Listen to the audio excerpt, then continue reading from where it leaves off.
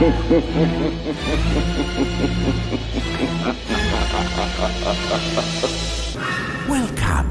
to the Cult Classic Horror Show. Every week, you can have the conversations you've always wanted to have about the films you love. Shut up! We're gonna get you. Not another peep. Get rid of your distractions and prepare yourself. Then lock your door. 5, 6, gonna crucifix. You got a big surprise coming to you. You're not going anywhere.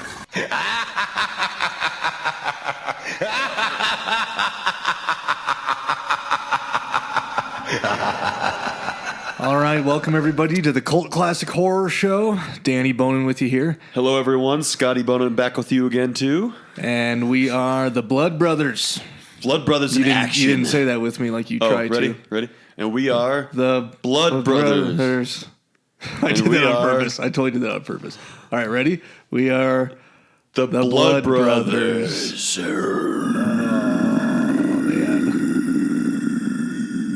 I don't know if my You like that, guys? That was phone my battery's gonna last over there. Oh, do you want me to close it? We're recording. We're recording this episode, so you can see it on YouTube later. But just keep my fingers crossed that my phone doesn't die because I'm an idiot. Didn't charge it like I was supposed to. Yeah, that was my death metal kind of growl, low growl, guys. I used to be we used to be in a death metal band. I think we told you that already. Yeah, I think they know that already. So we finished. Sorry. Yeah. All right. Let's move on. All right. This is it. This is it, guys. This is. Although we say this is it, but I think we actually have an interview coming up with. Well, should we tell them or should we let them be a surprise? Well, we have an interview planned with one of the actresses from one of the main girls from one of the Jasons. One of the Friday the 13th. So if we nail down the interview, that'll probably happen next week. I'm in talks with her right now, so it's. So we might extend this whole thing another episode. So we've just been doing Friday the 13th for forever now. Yes, a month and a half. It's Friday the 13th. It'll be a month and a half. We're not even gonna go by months anymore because we just had to cram it all in. Just got to get the good. We got to get the goods out. Got to get the goods out. If we nail down an interview with somebody, then why not take it?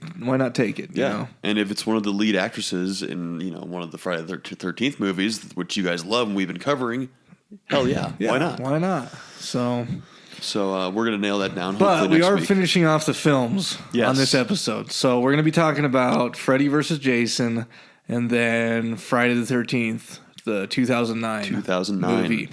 Yes. And I don't want to say remake because it's really up in the air on what the hell the 2009 version is. It's like a reboot, reintroduction. Yeah, no one, cast and crew, fans, no one's really nailed down. It's not really a remake because it's not about Jason's mom killing people. Yeah. It's not really modeled after one certain Jason film. It's more... Some people call it the greatest hits because maybe it was everything that people wanted to see in a Jason movie. But a lot of the fans don't like it because it's just, I don't know, it's different than the others, So and it's kind of like the first 4 films. You see some of them, and you see like little bits of each movie in the 2009 one. So it's like so I'm not going to call it a remake. Yeah. A reintroduction, a reboot, a reinvention, whatever you want to say. Yeah, I don't know what the hell to call it. A re-something. Anyways, we're going to talk about Freddy vs. Jason first, anyways. Since it came first. Anyways. I just said that like and 4 whatnot. times in a row. Anyways and whatnot. Yeah, you need to quit saying whatnot. Yeah. All right, so... Freddy vs. Jason. Yeah, before we jump into some of the behind the scenes, I just want to point out a couple ridiculous things about this movie. I want to tell you, First of all, overall, I like the movie. I love this movie, Freddy vs. Jason. I thought it was... compared to what we covered last week, Jason going to space. Jason Goes to Hell and Jason X. Jason X. These two movies are definitely a lot better. just than those quality two movies, in my opinion. and I know entertaining. some of you super fans out there, some of you guys love Jason X, or Mm-hmm. some of you guys love Jason Goes to Hell, and some of you guys hate it. Yeah, which they were entertaining and they had their good points, but overall, these So- are better, in my opinion. So I guess, we're watching the movie, we're going to go through some behind the scenes stuff, but there's a couple things that just sort of bothered me in Freddy vs. Jason. One of them was just how, they had the big cornfield massacre, Yeah. where Cornfield rave.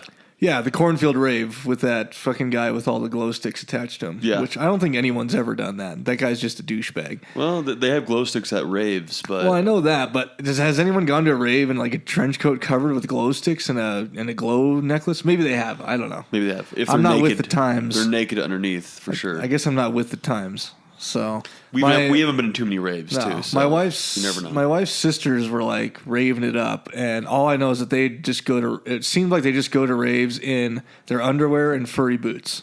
Yeah, that's definitely Like literally thong, like just wearing their underwear, like bottoms and bra and furry boots. Yep. And I'm like, holy shit. That's how they get down, man. They get their Vicks and stuff and rub it all over. And They're Vicks? yeah, they sniff like Vicks. What the fuck are you they take talking about? They take their ecstasy and they get down and dirty. Wait. Yeah. Okay, ecstasy at a rave. What do you mean Vicks? Dude, that's Who what they do. sniffs Vicks? They like put Vicks on like their nose and like sniff it in and Are get you all. making this up right I'm now? not making it up. I'm serious. What the fuck are you talking about? I'm serious. That's Vicks? I've talked to a few people that have like they rub Vicks on themselves and stuff at raves. Why? And not even at raves, just like after the rave, and they like do like body breathing techniques. Is it in and combination with ecstasy, or is it just combination with ecstasy? so it has to be done with ecstasy? Yeah. You don't do it if you're not doing ecstasy. Unless you have a stuffy nose or a sore Yeah, throat. unless you have a stuffy nose or a sore throat. Yeah, exactly. Fuck. Yeah. So yeah, it's in combination with X. You're not going to do it just going to a rave. Like, oh, I have Vicks. Okay. So yeah. Okay. That just really confused me. So yeah, I mean, yeah, that's. Wow. I've heard people do that. Okay. Well, anyways. Maybe they don't do that, but majority of people that go don't do that. It's only when you're on X. So, anyways, All right. the cornfield. Yeah, the cornfield. All right. Raven at the cornfield. Right at the cornfield. So yeah, I don't know. I don't even. Oh, okay. I remember what I was saying. All right. So they come in. Jason comes in. He's on fire. He fucking kills everybody. He kills a shitload of kids. And then Bloodfest. Yeah, murder fest. And then the main characters leave, and it's just like they're just dropping each other off to go home. Oh yeah. They're yeah. they drop each other off one by one, and they're like, just be safe tonight. And he's in his Scooby Doo van. yeah, he's like, just go straight inside and call me if you need anything. I was like, what the Yeah, fuck? you'd be going to the cops It's right like now. you'd be pedal to the metal, driving your ass to the police station, screaming and crying that all your friends just got butchered in just the got cornfield. butchered. Yeah. You wouldn't be like, okay, here's your house, Ted. Now just go inside and be careful and call me if you need anything, okay? Yeah. They're all calm and yeah. Like that no was, one even knows about the massacre yet, and they're all just like, all right, time to go home and go It's to bed. like nothing just happened. They just got back from a party and they were So that was pretty ridiculous.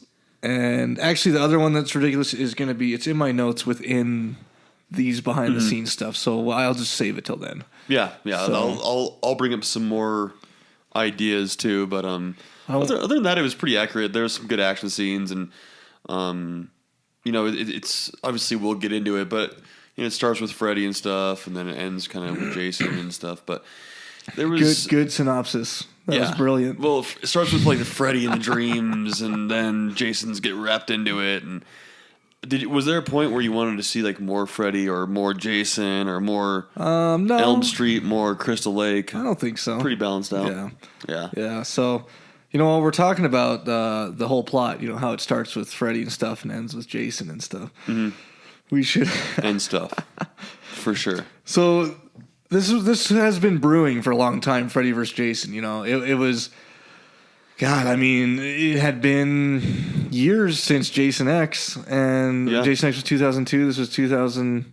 Oh, no, sorry. This was 2002. This was 2003. 2003. Jason X was previous to that. Yes. And so, Jason years X in the 2001, making. Finally, it almost didn't get made again. They went into the works to make it, and then it almost got stuck because of pre-production of all just the nightmares they were going through. Yeah. And we saw that first glimpse of it in Jason Goes to Hell. Yeah. With the mask and the claw coming out. Yeah. But that was 93. That's right. So as Jason Goes to Hell was 10 years previous where they gave the hint. Then we had to wait a whole 10 years for this Freddy vs. Jason thing to come to life. So really the holdup was, first of all, they went through tons of scripts. Just tons and tons of scripts. I mean, like tens to 20s of scripts. Yeah. You know, I mean... and like 15 writers. There's just tons of writers for this movie. They just could not agree on how this should go down. I mean... one of the original ideas was that they're both in hell now. You know, they both died. The devil talks to both of them and says, "I'm going to have a competition. I'm going to send you back up there, and whoever brings me the most souls wins and gets to stay up on Earth as my assassin." And the other one is dead and gone forever. Yeah, you know, so that got canned. And there were other ones. God, I can't even remember some of the other ones they talked about. Yeah, well, They brought on the two guys, Damien Shannon and Mark Swift.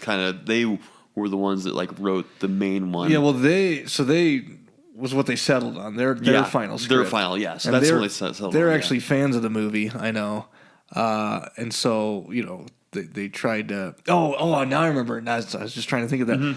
I remember the other script they talked about of the many was they had a couple. They had one that was super. The continuity was accounted for, so they had. The family from I think it was I forgot which Friday the 13th. Oh, from Jason Goes to Hell. They had the family from Jason Goes to Hell, and then they had the family from was it New Nightmare or I don't know, but the two families like got together and worked together to kill these two villains who had done them wrong in the last movies. Yeah. You know, so. But that was thrown out. Then there was even another script that introduced another character. It was Freddy versus Jason, but then there was this weird, I don't even know, magical character. And that got thrown out too. So there was a lot of concepts for this. Yeah. And so like you said, they settled on writers Mark Swift and Damien Shannon, who were super fans themselves and wrote the scripts. And then they also went through probably, 15, 20 different directors they interviewed. They interviewed every director at the time, basically. Yeah. And there was a kind of a war of with Paramount and New Line to which company was going to put it on. And New Line obviously won that battle, but it was Paramount wanted it because they were the ones that had the idea. They were with Paramount when the idea sparked for Freddy vs. Jason. It's funny when the movie shows they run both the Paramount and the New Line, intros in the beginning. Yeah, and they did that for the 2009 one as well. Was it? Yeah, okay, I thought so. Maybe that was the one I'm thinking of, not Freddy vs. Jason. Yeah. Okay, 2009. That would make sense because Paramount had Friday the 13th rights. Yeah. And New Line has the Jason rights. So that's where they came together. So they settled on director Ronnie Yu, who actually, so a lot of directors came out because they actually wanted to do this. They were fans. They wanted to direct this. They went with Ronnie Yu, who had never even seen a Nightmare on Elm Street or a Friday the 13th movie. And this guy from Hong Kong. An action director. Great director, too. But they said that having him in there as an outside force, as a outside pair of eyes, really, really helped the film. Yeah, help it get that, like, action and, like, spark that they wanted. I think the other films had it, too. But just someone coming in, giving it a new feel, and giving the fans a new feel, too. Well, it did have a new feel because, they talked about how this was sort of action-packed. It was almost like a, with fight scenes and everything. They compared it to a movie, and I can't remember what it is now, but... well, it's funny, Ronnie Yu just got done with Bride of Chucky. That's right. And that one had a lot of, like, action kind of cockiness lines and just... Yeah. So I'm not comparing it to it, but it kind of had the same kind of, ideas and concepts and stuff. Yeah, he wanted to use some of the stuff he had used in that film. Yeah. Another New Line didn't want to use Kane Hodder. Yeah, no which is Kane Hodder. I mean, that affected the fans a lot. It was a big uproar. Although Ken Kersinger did a good job. Ken Kersinger was badass. He did do a good job, but yeah, there was an uproar about Kane Hodder, and I don't blame the guy. I mean, 10 years previous, after finishing Jason Goes to Hell, and all these talks about Jason Freddy X. versus Jason, and, and Jason X, of course he did. But then he was always a proponent of this film. He was always pushing for it and always mentioning it at Comic-Cons and things, and so it was sort of just a given that Kane Hodder was going to... He was ramping it up like he was going to be in it. Yeah, it was a given he was going to play the part, and... Really, so New Line didn't want him to. Yeah, some of the executive producers and other people just wanted someone brand new. Yeah. And which still, it's kind of leaves, like the fans are pissed. It kind of leaves a lump in my stomach. But really, all the things that, and Kane even said this, all the things that Ken Kersinger did in the movie, Kane could have done easily as well. Yeah. Kane talked about how he went to watch the movie to sort of pick out why they didn't choose him. Like, what did they have, what they have Ken do that he couldn't do? And he said at the end of the movie, he was just sort of like, I don't really see a reason why they couldn't have used me in this film. Yeah. So... Yeah, so it kind of did suck that he wasn't in it. He was in the last three, and why not put him in the fourth one, Another person they didn't use was Betsy Palmer. Mm-hmm. So they had it planned out to give her a cameo as Jason's mom, but they weren't paying her shit, I guess. Yeah, they weren't going to pay her that much. So just feed her and fly her down there. Yeah, and she was never really, and we talked about this way back in our first episode, she was never really thrilled to be in Friday the 13th. And then after it blew up, of course, she's proud of it and has connected with people she never would have. But they actually offered her, she mentioned at 3 different times throughout this whole Friday the 13th series, to come back and be in the film. Yeah. And she declined all of them just because I think it wasn't really her style. Yeah. I think since, and rest in peace, she has passed away since. Yeah. But since she has... After this, the Crystal Lake memories that we watched, I think she has regretted turning it down. Yeah. But I guess the mom portrayal in this Freddy vs. Jason was kind of cool. She's telling Jason, "Go kill these kids on Elm Street." She did. The villain did a pretty good job. Yeah. So they made her look similar to Betsy. Same blue sweater, almost. She had some kind of sweater on. Yeah. She was just a psycho. But the whole crossover of Jason going to Elm Street, and then that was pretty cool. And slicing and dicing. We talked about the cornfield scene already. So Ken Kersinger, who played Jason, was really a stuntman. A stuntman who had some experience, and but they told him basically when they cast him that you're going to be an actor in this, and we're going to have a stunt double for you. Stunt double for all the.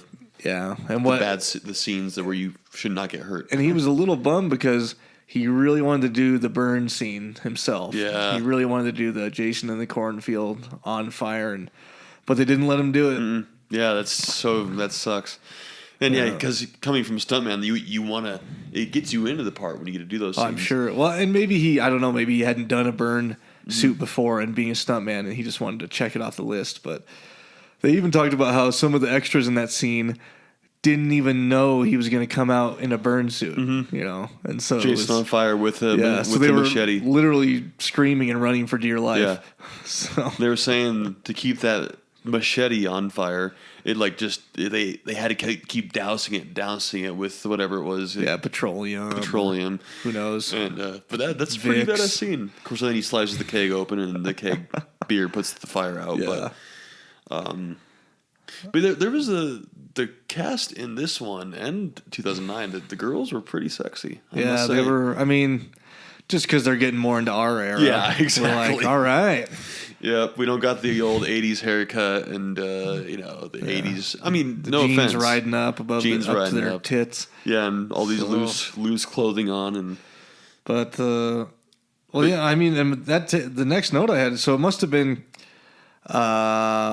Soon after that, where the first sort of fight scene between Freddy and Jason is when Freddy pulls Jason into the dream, Yeah, so because into his world with at the big machinery or wherever. Yeah, it's exactly. At. Well, I guess Jason has is asleep because he's been given tranquilizers and he's Yeah. out. And so, but yeah, all of a sudden he's afraid of water. Yeah, that's What the fuck is up with that? That is so weird. And the writers said it was Damien Shannon and Mark Swift said we never said he was afraid of water. Yeah. They just put that in there, and Yeah. so That's ridiculous. I mean, he's multiple times walked straight into the lake to Yeah. get people. oh you yeah, know? to kill people. He's never been. The only thing the writers mentioned is that maybe there's a fear of him. He's afraid of drowning again. Yeah, You know, not of water itself. And so, yeah, to have him be afraid of water and to Yeah, revert that back was- to his kid self when Freddy turns the sprinklers on, I thought it was a little ridiculous. yeah, that was a little. Yeah, I didn't like that, but So,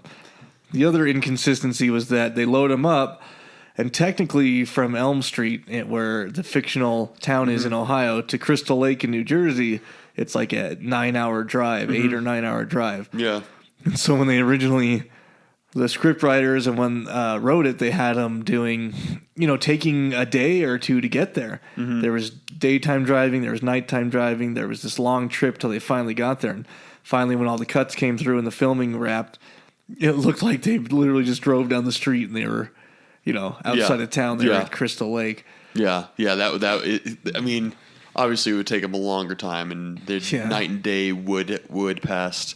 But yeah, that was not. Obviously wasn't believable about the time distance travel. Yeah. And one of the things was it Kelly Rowan, the one that played the friend. You're the name guy. Kelly Rowan. I don't know. I think it was Kelly Rowan. But anyway, she had to give him mouth to mouth, and they actually had to do that. And she said it was like the most disgusting thing she's ever went through.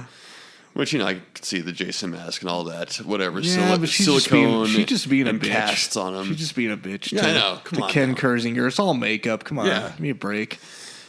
But yeah, that was a fun part to see. So then they get to abandon Crystal Lake, and they have the big fight scene there that's in real life. Mm-hmm. And apparently, and if you guys remember Freddy watching... gets pulled in. Yeah, exactly. To the real world. And if you remember watching the previews, it was in the preview, they had the main girl say the line... Monica Keena. Yeah, there you go. Yes. In with the names. I got Zinging my the name names here. right in. Just Monica Keena. Just slipped it in. Actually, you just jammed it right in. I jammed right in. She's hot. Just Monica spit on the Keena name and is jammed it very right hot. into the conversation. I did. All See, right. I got the names. She actually was pretty hot. She was really hot. What was her name in the movie? Oh, man. I forgot, but she was pretty hot. Monica Keena, though. Yeah, she's very hot. So, But anyways, yeah, the she line. says they are about to fight, and she says, "Freddy versus Jason, place your bets." Yeah. And they didn't use it in the film though. They cut it from the film, but they used it in the preview. Yeah. And they were quoted as Quentin Tarantino was quoted as saying, I came to the films almost solely because of that line in the preview, and it's not in the film. I was totally let down." Yeah. So they cut it in the film because I thought it was too cheesy. I mean, it is a super cheesy line, but at the same time, it's like pretty cool. It's like, that's badass. Yeah. I needed to hear that. It's like Freddy versus Jason. Yeah, that's what we came Place for. your bets. That's what we all came for, Bitch. And Yeah. so that's what was happening. He did say, "Oh yeah, we'll get to the very end though." But yeah. he did say "bitch," and I love it where Freddy says, "Please or whatever, bitch." He says bitch a lot. Yeah, he does say "bitch" a lot. But yeah, there was so we don't really know the fans. Who do you think won the Freddy versus Jason? Yeah, well, there really was. I mean, Freddy doesn't have a body, but he's also in your head. So I don't know if he needs a body. I mean, his head's still. Who knows? Yeah. I don't know. Which Jason got his ass kicked. Yeah. And then really she chopped Freddy's head off. Yeah, that's And what she says. "Who's your mommy now, bitch?" And she just carries Who's your mommy now, bitch? Jason just carries Freddy's head out. So she did all the work. But yeah, she did all the work. So I think Freddy won that one, but Freddy maybe won the fight, but the war But is Freddy not was over. using like the pipe bomb and then like the He was the being rebar creative. that went He through was being him creative. and Jason. And I was kind of feeling sorry for Jason a little bit. Yeah, I was too. I was kind of in the back of my head. I was kind of rooting for Jason. I don't know why, but I love Freddy too. And speaking of that, we're talking about the ending. He's carrying the head out. They actually had a different ending, and they brought in what was it? Different Jason. Different Jason. Yeah. So Ken Kirzinger couldn't film that part for some reason or another. He was not there anymore. And so they did some reshoots, did an alternate ending, and they brought in Doug Tate, who had auditioned for the role, gone to multiple callbacks, and then didn't get cast and was super let down. And he said that when they called him in to redo these reshot scenes, he was just giddy with excitement. Oh yeah, he was just loving it, just like a little schoolboy. Yeah. So their alternate ending. I was going to say a little schoolboy with the candy cane, but with the candy cane. I don't know why. I desperately want to make love to a schoolboy. I desperately want to. No. Name that movie. So apparently. Oh, yeah, so the alternate ending, that's what I was going to talk about. Yes. Apparently the original ending was that it would fast forward like, I don't know, 3 weeks or 6 weeks or something, and it would have the main girl, whatever her name was. Monica Keena. Yeah, she'd be doing it with the guy, with what, I don't even whatever the guy was. Yeah. And then the boyfriend. And then all of a sudden he would have the Freddy voice and the claws would come out of his fingers, and then it would end. And they did test screenings, and people really didn't like that because I think it sort of solidified that Freddy won this fight, and they didn't want to disappoint people, so that's why they got together and reshot the ending to sort of this neutral ending. Which I like the ending too. I mean, yeah, I do too. Jason does kind of save her from being killed from Freddy. He puts Freddy's claw hand through him. Yeah. So there which is badass. that. And then he falls in the lake, and then she chops his head off. And so there is that. That's true. So yeah, Jason gets his revenge there, and so it's kind of even, But then you come out. Jason has his full body though, and Freddy only has his head. So and then you get the wink at the very end there, and Jason coming out too. So to promote this, they did something cool. They did a boxing style or now MMA style promotion where they actually had a press conference with, quote unquote, both fighters on stage at tables next to each other, and Freddy, taunting sort of, like Mayweather would do or whoever else. Mm-hmm. So that was pretty cool, I thought. Yeah, that was cool where they had him dressed up and stuff. I wonder, was it really Robert Englund and Ken Kirzinger? Probably not. Yeah, maybe it was. Yeah. Okay. And it worked because this had the highest horror opening to date. Yeah, box office smash. Yeah, the highest grossing opening weekend. We should say that. Yeah. So, did like what? 35 million in the first weekend. And I think it did like 82 million gross total. No, it did 35 million first weekend and 136 million. Oh, really? Total. I didn't catch that. Yeah. Where did I get this 82 then from? I don't even remember. Maybe, maybe I'm saying wrong. I think that's right though. I'm pretty sure I got that right. So yeah, it was the highest horror opening up to date at that point, which is badass. Yeah, I mean everyone had been anticipating it for so long. Yeah. That. I mean, that doesn't mean everyone was happy with it after they saw it, but everyone did come out to see it. Mm-hmm. I think I did see this one in theaters in 2003. Did you? I don't remember if I did or not. I think I might have seen it in theaters, but I don't know. I think the fans overall did enjoy it. I think it delivered. Mm-hmm. Wes Craven, his comments were, it was very brutal, but not very imaginative. He didn't love it, but yeah. Which I think has sort of been the difference between Freddy and Jason. Jason, I mean, they're both brutal at times, but Jason is a straightforward badass. Like, he's brutal. He's just going to kill you no matter what. Yeah. He's going to throw you against walls. He's going to chop this off. He's going to throw through a window. Where, Freddy's a little more imaginative. He's the stories they come up with. He's in your dreams. He can control you this way. You can control yourself this way. You can maybe do this and that. There's a lot of different angles. So I could see Wes Craven coming from that side of things, how he thought it was not very imaginative, so to speak. Yeah, and Ronnie Yu kind of did that WWE approach. That's what they were saying, and they compared. Yeah, that's what he was comparing it to. That not a movie, WWE. Yeah, that's what I was trying to think of earlier. But yeah, I mean, I was entertained. I actually did like it, and of course they were thinking of. There was all the talks about Freddy versus Jason versus Ash. Oh yeah, and Which I would just pop a boner I had a forever. hard on when they were just mentioning it. Yeah. Freddy versus Jason versus Ash would be the best. When asked if they were going to, they brought up possibly Freddy, Jason, and Michael Myers, but they thought two strong silent types would be overload. It wouldn't really go together. So, yeah, they talked about filming a Freddy versus Jason versus Ash, and Sam Raimi even said, let's do it, but Ash has to win. Yeah. Ash is the one that ends all sequels, or something, to be a joke like that. Yeah. Which we're evil. We're Ash guys. Oh, exactly. I would have to have Ash. I would have to have Ash win. But we love Jason or Freddy too, so it is. But not as much as Ash. Yeah, I know. Yeah.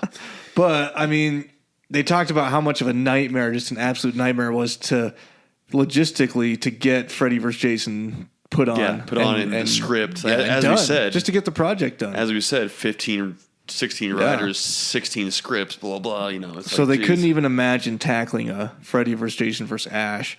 And so really, it just ended up being a comic book. Yeah, and the comic book series was cool. Yeah, and of course, this film was 2003. So this was how long ago? I can't even do the math. It's been a while. So it's been a while. So that's 13 years. Without saying, that doesn't say they're not ever going to come out with it. I don't know. Bruce Campbell's getting pretty old. He is getting pretty old. He is doing the TV series right now, but they don't do it soon. Yeah, Robert Englund, he's still looking good. Yeah, but he's getting old too. But yeah. So overall, great movie. Yeah, and, some good facts. Good stuff. What? Holy shit! God, my head is throbbing with pain. My head is aching like a freaking beehive. That filled must with mean dicks. that it's time for the horror halftime. All right, you guys all that have listened before know that this is where we give you a little assignment to do, and if you do it, then you can win free shit and become the horror freak of the week. Yes, sir, Bobtail. Yeah. Before we announce the activity, I do have a horror freak of this week. Oh yeah, and that's Anthony DeMarchi. So congratulations, Anthony. I know congratulations, brother, man. We gave you props on one before, but you didn't quite win that one because it was late. But this one, you nailed it. So you guys should all go to our page on Facebook and look at the posts to our page by other people. And he has an awesome freaking Corey Feldman meme. Actually, I'll probably just repost it on our page. So we should be on our page. We should read it to him. Can we bring that up? It's just not funny without the picture. Yeah, you gotta look at the picture. You guys just gotta go look at the meme. Look at Cult Classic Horror on Facebook. Corey Feldman tranny meme. Yes, it was really good. So Facebook Cult Classic Horror, and check that out. He does look like he's crazy looking. He's crazy. So Anthony, we're sending you a free shirt. Heck yeah. We'll get back with you. Get your info. So this week. All right. So for this week, it's going to weed out some people. This one's going to be a little tough. What I want from you guys is, this was Freddy versus Jason. We just finished talking about Freddy versus Jason. So all of you out there that have action figures, like Freddy and Jason action figures, it's pretty simple, but you just have to own the action figures. Okay, that's all you have to do. You have to own the action figures, and I just want you to take a picture of them or a video. A video will get you extra, props, extra blowjobs, or whatever. Yeah, whatever. If your girl, getting. You know what else too? Yeah. Sorry, so, I'll shut up. I just want you to take a picture of them fighting each other or a video of them fighting each other and post it on our page, facebook.com/cultclassichorror. And then we'll give you free shit if you win. Yeah, how simple is that, guys? All right. Get those action figures going. All right, that concludes the horror halftime. All right, let's get back into this, guys. Friday the 13th, 2009. I'm glad my phone hasn't died yet. This will be good for... First of all, that reminds me, all you guys should subscribe to us on YouTube. Guys. We're on YouTube, Cult Classic Horror. Check it out. Subscribe to us there, and then you can actually see our pretty faces on the camera. These pretty faces I'm pointing at you right now, even as though you we're can't see filming me. The episodes. Or after we film the episodes, we'll post it there. So check them out there. On to Friday the 13th, 2009. Yes, here we go. So again, reboot, reintroduction, whatever you want to say. Whatever you want to call it. There it is. It's and this is, I was saying this again, like when I first saw it, with Jason coming out with the pillowcase or the cloth, whatever. Yeah. I'm like, wait, what's going on here? Why is he? But then I'm like, oh yeah, they're rebooting it. They're like going back to sorta. I mean, obviously that was number 2 when he was in Yeah. the potato sack, whatever the hell you want to call potato it. sack pillowcase. Pillowcase. And Rob calls it potato sack. We call it pillowcase. Yeah, yeah. But yeah, so there were elements. There were elements. You know, him finding the mask. That's how you know it wasn't a remake. You know, he found the mask. He had the sack on the face first, and it was just sort of a movie by itself, which some people are down with, and a lot of fans hated. You know, I was down with it. I thought it was cool. It just threw me off when I first saw it. I'm like, oh, okay, that is Jason, but he's just. It's just like going back, and you know. So, but yeah, I thought it was badass, and the way, of course, he found the mask and all that, which we'll get into. Directed by Marcus Nispel, Yes, and produced by Michael Bay and Brad Fuller. Yeah, and by the way, I don't know who fucking Brad Fuller is. But produced by Michael I just Bay. wrote it down. But I forgot to mention, Freddy vs. Jason was produced by Sean S. Cunningham again too, so he was there. But yeah, Michael Bay was involved with this 2009. Yeah, and then once again, same guys that wrote Freddy vs. Jason, Mark Swift, Damian Shannon wrote Friday the 13th, 2009. So these super fans, this is where some of the controversy is that these guys were super fans. So they claim of the Friday the 13th franchise. Yeah. And they wrote the script for Friday the 13th, 2009, and they sort of put everything into it that they wanted to see, like, as fans. You know, we as fans want to see all this, so we're going to write it. But apparently not everyone agreed with that, because plenty of fans didn't like it and challenged them. Are you guys really super fans? I don't know, and all this shit. So I don't know. Which, it got mixed emotions from it, too. But speaking of a super fan, too, we did have a new Jason for this. Yeah, and, Derek Mears. Derek Mears was another one of those giddy with excitement when they called him. Like, he was like huge fan of the series, big time fan, and it was like his dream come true. He was literally like, when he got the call back, he was like trying to act all professional, but he said literally inside he was like a 10-year-old kid, like jumping with joy.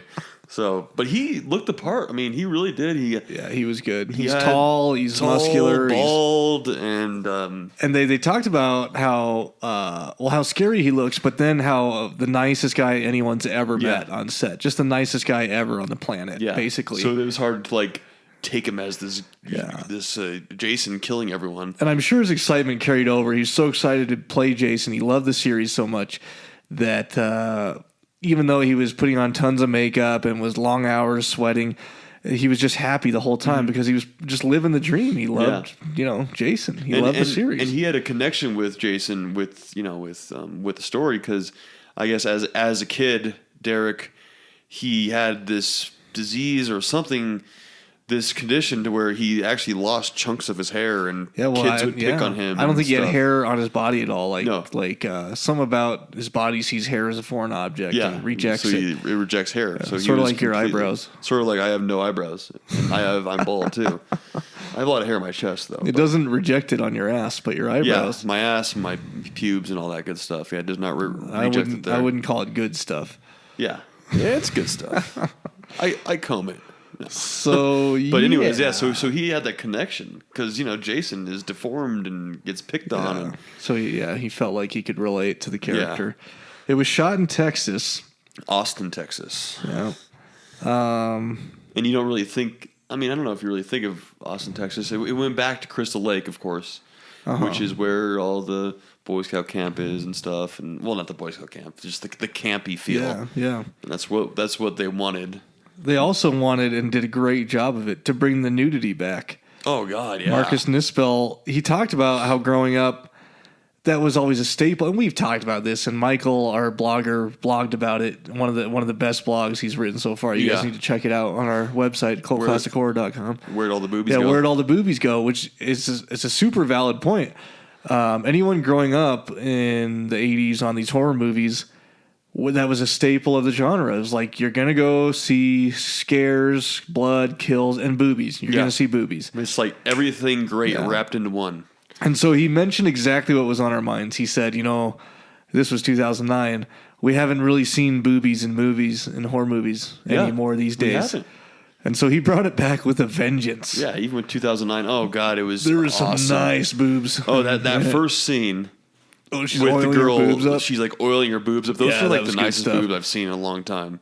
And, Yeah, those are some sorry, nice. my fiance, yours are nicer. Yeah, my wife claims she listens to the show, but we'll see. Yeah, This yeah. is the test. We'll see. Honey, sorry, yours are nicer. She had really nice boobs.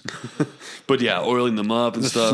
Those fun bags were just... God, they were just, and there was a couple times, and when we see the girl's head get stabbed through the dock, and then they threw the machete through the dock and pulls her up. We see boobies right there. She had some nice milk makers, yeah, too. those are.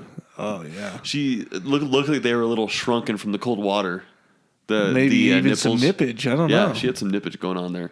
Yeah. But the first oiling scene was the best. Which, by the way, that scene was like the longest prologue in Friday the 13th. Yeah, or And even movie history. In like Jeez. movie history. The longest prologue in movie history. I thought like... And it had a couple boobs in them. Yeah. It was like a movie within a movie. Who puts so many mammary flaps in... I'm just coming up with boob Mammary names. flaps. With, Yeah. in a prologue, even. Yeah, because you get the oiling up there, and yeah, it was crazy. Yeah, so... But yeah, that was a long prologue, and of course you added the marijuana with the wheat field and stuff too. And wasn't there a point? There was actually a point where the guy that was there to get the marijuana, to get the marijuana and take it and make all this money, the guy wearing the glasses that dies, they were on set and they were shooting. They weren't shooting. He went. Because they were shooting long hours and it got dark. That's right. And he went to go take a pee or something. And Derek Mears, Yeah, they had a long walk to the porta potty. yeah, long walk to the porta potty. And Derek Mears like, here, I'm gonna go scare him. Yep. And then he went and he's going to the porta potty and he jumps out and literally the guy was so fucking scared. He was like jumping around and just. I wanted to punch him or run away. They said he was running in place because he didn't know. He didn't know if he wanted to fight or flight. He was stuck in that instinct. Yeah, so they pranked him pretty good. So I'd that's be a good scared prank. too if I was filming Jason, but then wasn't filming. He went to the bathroom and then he popped out. Yeah, like I'd he's be gonna like, kill holy me. Shit. And another cool thing, or not cool thing, but the Asian guy in it. I don't even know the name, but Yeah. he had like a stomach obstruction while shooting. And had to be rushed to the emergency room, and then had like 30 staples put in his stomach, and then came back to shoot and was still all about it. He was another one of those enthusiastic guys, and he came back to shoot it and was just like wanted Derek to throw him around like in this one scene. He's like, no, go ahead, just actually throw me, like really throw me. And Derek's like, okay, well, I don't want to hurt you. I mean, he has 30 staples in his fucking stomach for crying out loud. And Marcus, as the director, was just thinking, if we get this on film, at least if his stomach explodes and his guts fall out, like it'll be realistic and we can use that, right? Yeah. I can use that in the movie, right? So they did it, and his stomach, obviously his guts didn't come flowing out because, we would have heard about that. So that's too bad it didn't happen, damn it. I mean, sorry to the guy, but we don't wish that upon him. They avoided that injury, but then they talked about that other injury where the blonde Danielle. guy, Oh yeah, the blonde guy, which is the blonde dick in Trent. the movie. Yeah. played by Travis He's Van Winkle. backing down the stairs, holding the gun like an FBI agent. And he said he accidentally backs into Danielle and knocks her into the windowsill, and she smashes her chin on it or something. And got like knocked out, like cold. Got knocked out and chin cut open, rushed to the emergency room, stitches. So it was an experience for her, to say the least.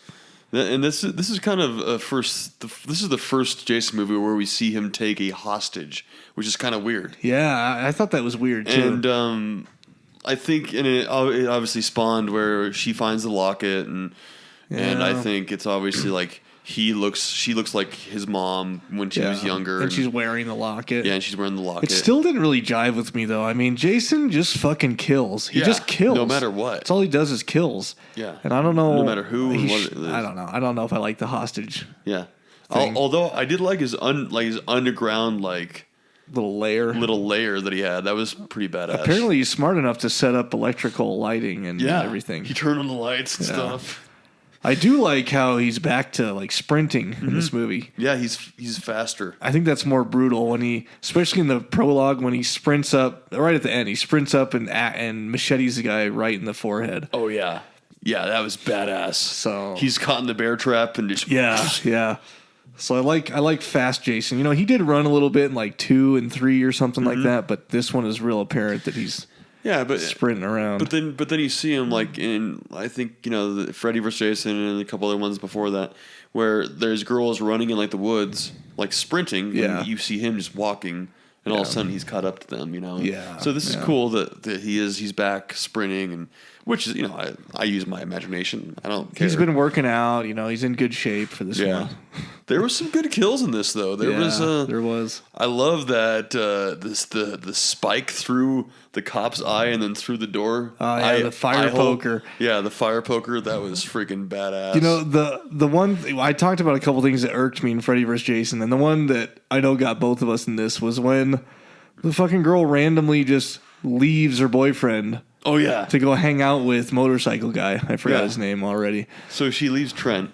Yeah, leaves Trent. Danielle, it's like whatever. It's like the guy. First of all, they have the confrontation at the gas station where they don't really get along, and then she doesn't know this fucking motorcycle guy, and Trent's her boyfriend. It's like they probably like each other, And they go to the house, and the guy comes and he's like, "Oh, hey, have you seen my sister?" And he's like, "Oh, wait, hello. I saw you guys at the gas station. Hey, yeah." And she's like, "Well, why don't you come on in and grab a drink?" And it's like, what the fuck are you doing? They don't get along. You don't know this guy, and you're inviting him in. So then they come on in, and of course, the guy Trent gets pissed. He's like, "Get the fuck out of my house." I'd be the same way. I'd be like, "Wait, we just got this. We just got this fight. confrontation now." It's like, "Get the fuck out of my house." And she's like, Then she walks out. She's like, "I'll walk him out." Yeah. And then she's like, "Do you need company going to the other side of the lake?" And he's like, "Yeah." He's like, "Yeah." Yeah. And then she just leaves for And like then 8 she hours. leaves him. If I was her boyfriend, I'd be like, "Fuck that bitch." Like, she's done. I'd be like, what a whore. It's like, what are you doing? Yeah, that caught me off. I'm like, wait, And that would never played, happen. They played Trent as the dick. I mean, he did turn into even more of a dick at the end. Yeah, He's he was cheating a on her. dick. But what the fuck? It was her fault first. Like, she just left with some random guy to go across the lake, left her boyfriend. Yeah. So that irked me. I was like, what the fuck is she doing? That irked me too. I don't know, but for sure. One of the things I was going to say. So they did shoot where he finds the hockey mask up in the attic of the barn where the hillbilly guy is, putting the wood through the wood conveyor. They actually shot wood chipper. They actually shot that scene twice. The first one they were going to use is him, on break, he's smoking a joint, and he just has the mask on as like just a play mask. Yeah. And they were going to have Jason come up while he's smoking and, just creep up on him and just chop his head off. And he has his head with the mask on it. Yeah. And he looks at the That's mask. how he finds the mask. And that's how he finds it. But they didn't end up using that. Yeah, they reshot it and obviously turned out the way it did. So yeah, it turned out the way it did, where he found it in the attic, which is kind of cool. There was like a little music, and you see it there, and then he puts it on and gets rid of the potato sack. So there was an alternate ending there, which I think I like Alternate the way that scene. they did it. Alternate scene, yeah.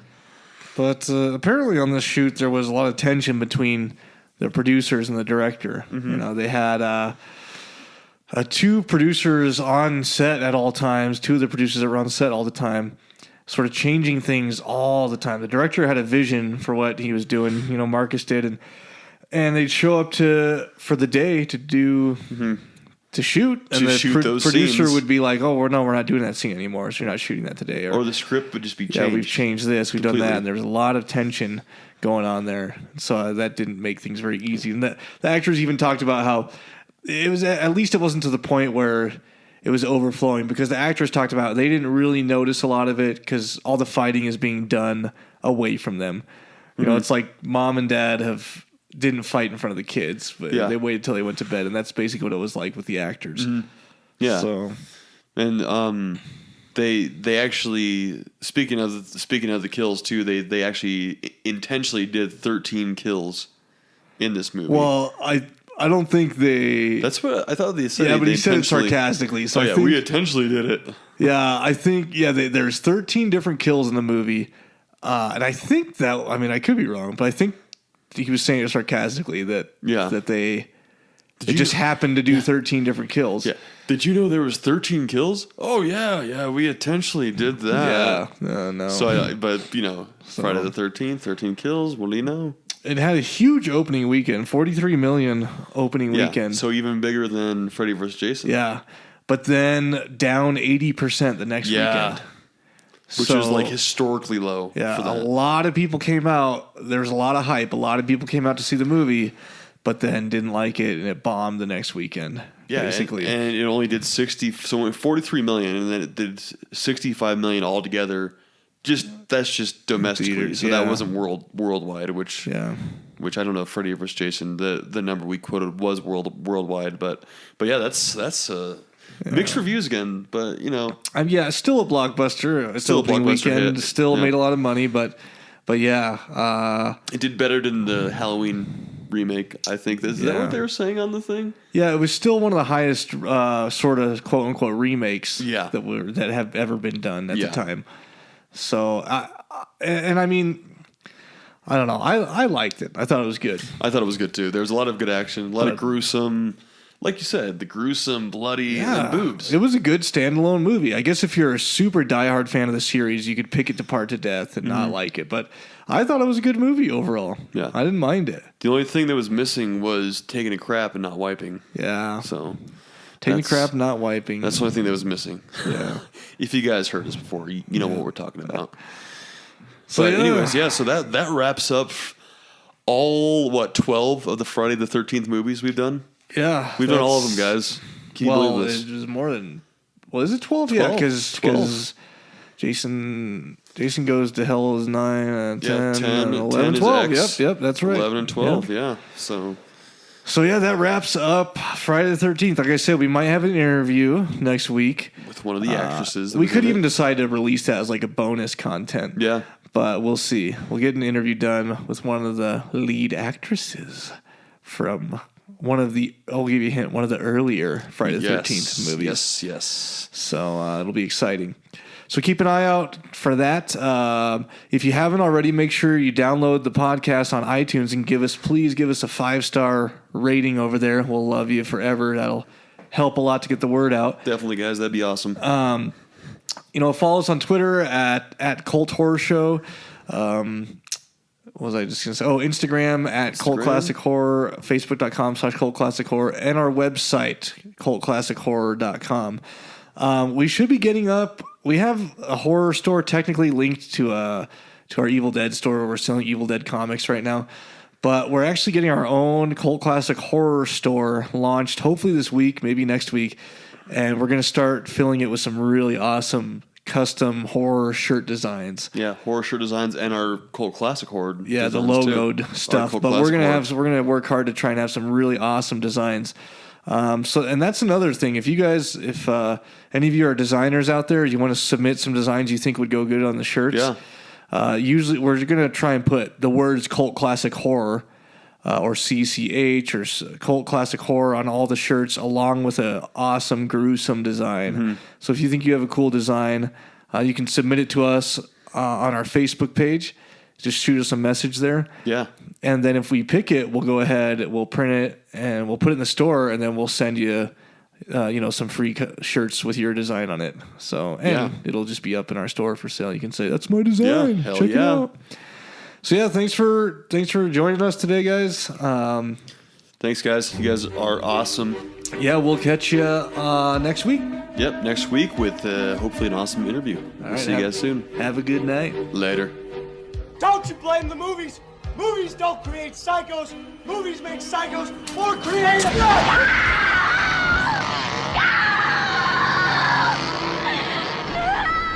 Oh, yes. There will be blood.